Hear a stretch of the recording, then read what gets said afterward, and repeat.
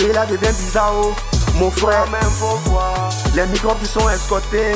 Ma soeur, même faut voir. Président aussi peut faire 3 mandats. Même faut voir. Faut voir où le pays s'en va. La constitution est violée. Mon frère, même faut voir. Les bulles qui sont brûlées. Ma soeur, même faut voir. Les opposants se sentent frustrés. Toi-même faut voir. Faut voir où le pays s'en va. Toi-même faut voir. Le pays est devenu bizarre. Donc à chaque élection, on aura une crise électorale. Pourtant que c'est bon chez eux, eux ils mangent avec les fils. Après si toi aussi t'as mis ton nom sur tous les édifices. Seigneur calme les esprits, au nom du Père et du Fils. Amen. Nous on veut la paix. Et là devient bizarre, oh. Mon frère, même faut voir. Oui, nous on veut la paix. Oui, le pays là devient bizarre.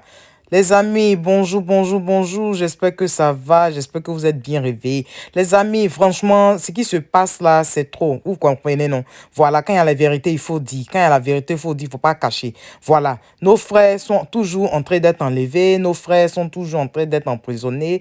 Il y a le frère du FPI là. Je vous avais dit une fois qu'il avait été enlevé. Bon, il était retenu depuis là, la DST, selon les dires de sources là. Voilà, il a reçu vraiment des traitements inhumains. Voilà. Et donc, du coup, ils l'ont transféré à la MACA.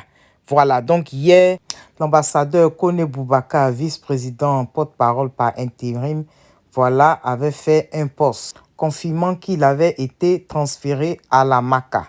Voilà. Parce que à la DST là-bas, là, il recevait un traitement inhumain.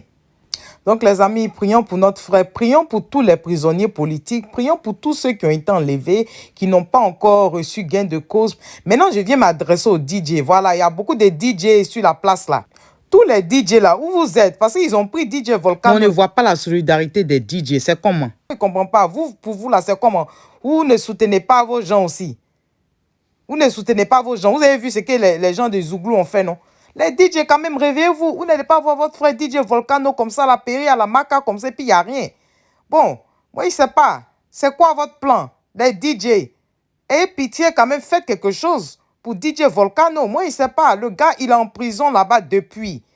DJ Volcano, c'est un artiste. DJ Volcano, c'est quelqu'un qui a fait des postes pour dénoncer le 3e mandat. Voilà, anticonstitutionnel. Je veux dire, c'est un artiste, c'est un Ivoirien comme tous les autres. Donc, pourquoi il doit être à la MACA? Pourquoi il doit être à la MACA? Les artistes, vous n'avez rien fait pour DJ Volcano. Ce n'est pas gentil, hein? Il n'est pas encore tard. S'il vous plaît, faites quelque chose. Même si on vient même nous dire que, OK, DJ Volcano, même chose comme pour Yodé et Siro. Bien vrai que, bon, pour ça, là, on n'est pas d'accord. Mais bon, ils ont été représentés par de bons avocats. Donc, on laisse la justice faire son travail. Mais si au moins on avait reçu une histoire de, OK, vous allez payer DJ Volcano, OK, tu vas payer 5 millions.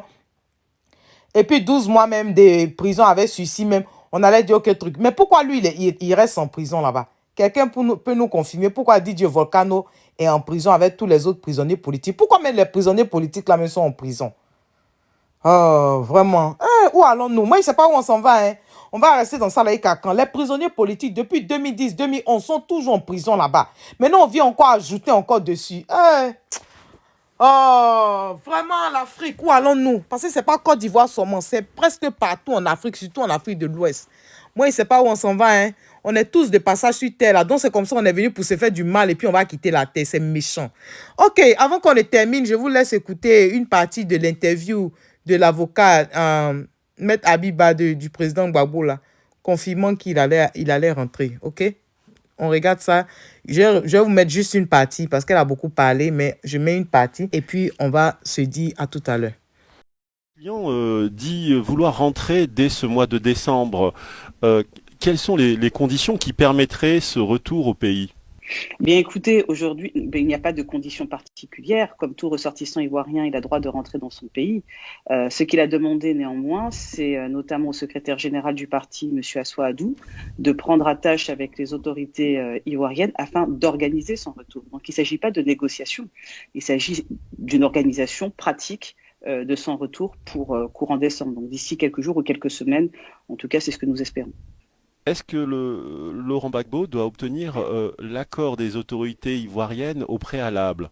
Alors, je vais être très clair là-dessus. Il n'a pas d'autorisation à solliciter.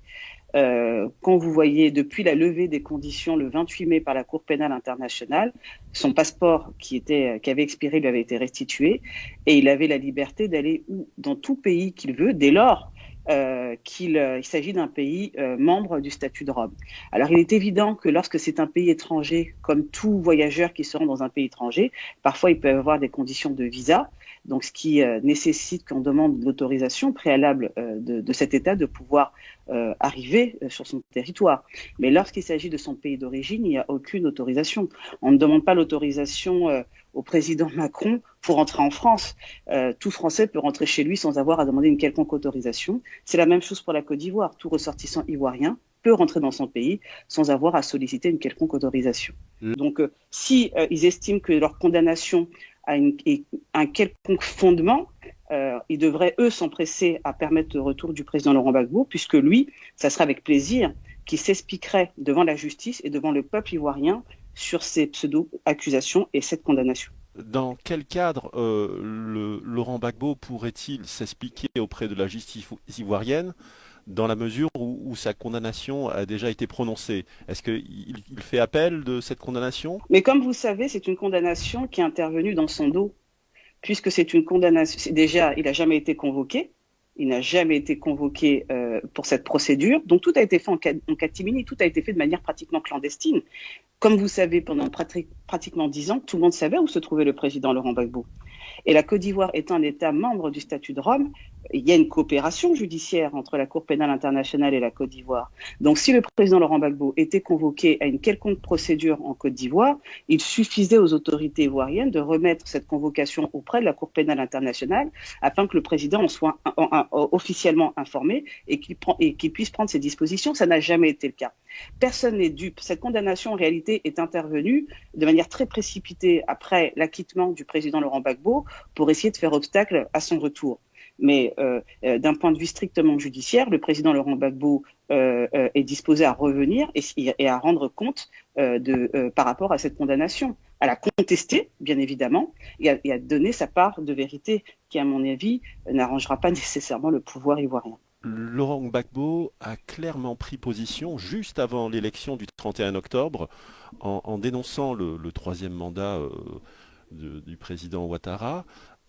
Quel rôle pourrait-il jouer ou compterait-il jouer dans la situation politique actuelle? Écoutez, le président Laurent Gbagbo lui-même l'a dit, c'est un enfant de la politique. Il vit, il respire politique. Il est bien évident que s'il entend continuer à jouer ce rôle, il le fait en étant le président du parti avec un certain nombre de difficultés puisque la distance n'aide pas depuis la Belgique, mais bien évidemment que s'il pouvait rentrer dans son pays, il continuerait à vouloir jouer un rôle politique, ne serait-ce que pour éviter, comme il a indiqué, la catastrophe à la Côte d'Ivoire. Il ne s'agit pas pour lui par ego ou pour une quelconque ambition personnelle. Ce qui est important, c'est que la Côte d'Ivoire puisse se réconcilier, que la Côte d'Ivoire puisse avancer. Cela, il estime être de sa responsabilité. Eh bien, voilà qui est clair, hein. Voilà, il n'y a pas de doute, voilà qui est clair. Donc, les amis, nous tirons à la fin de notre vidéo. Encore, merci de m'avoir suivi. Si vous êtes nouveau sur ma chaîne, abonnez-vous massivement, partagez mes vidéos massivement avec vos proches et que Dieu vous bénisse. On dit libérez les prisonniers politiques. Voilà, libérez tous nos frères qui sont en prison depuis 2011. Trop, c'est trop. Les gens ont vieilli, ils n'ont même pas connu leurs enfants, leurs petits-enfants. D'autres ont perdu des familles proches. C'est pas bon. C'est pas bon. Nous sommes en 2020. Cadeau de Noël là. Libérez tout le monde. Voilà qui est clair. Mettez-le dans le même avion. Venez avec lui. Oh. Ou bien, Koudou Laurent Gbagbo. Il doit rentrer. Oh. Il doit rentrer. Koudou Laurent Gbagbo. Il doit rentrer. Oh. Il doit rentrer. Le wiki de Mama. Oh. Il doit rentrer. Oh. Il doit rentrer. Koudou Laurent Gbagbo. Il doit rentrer. Oh.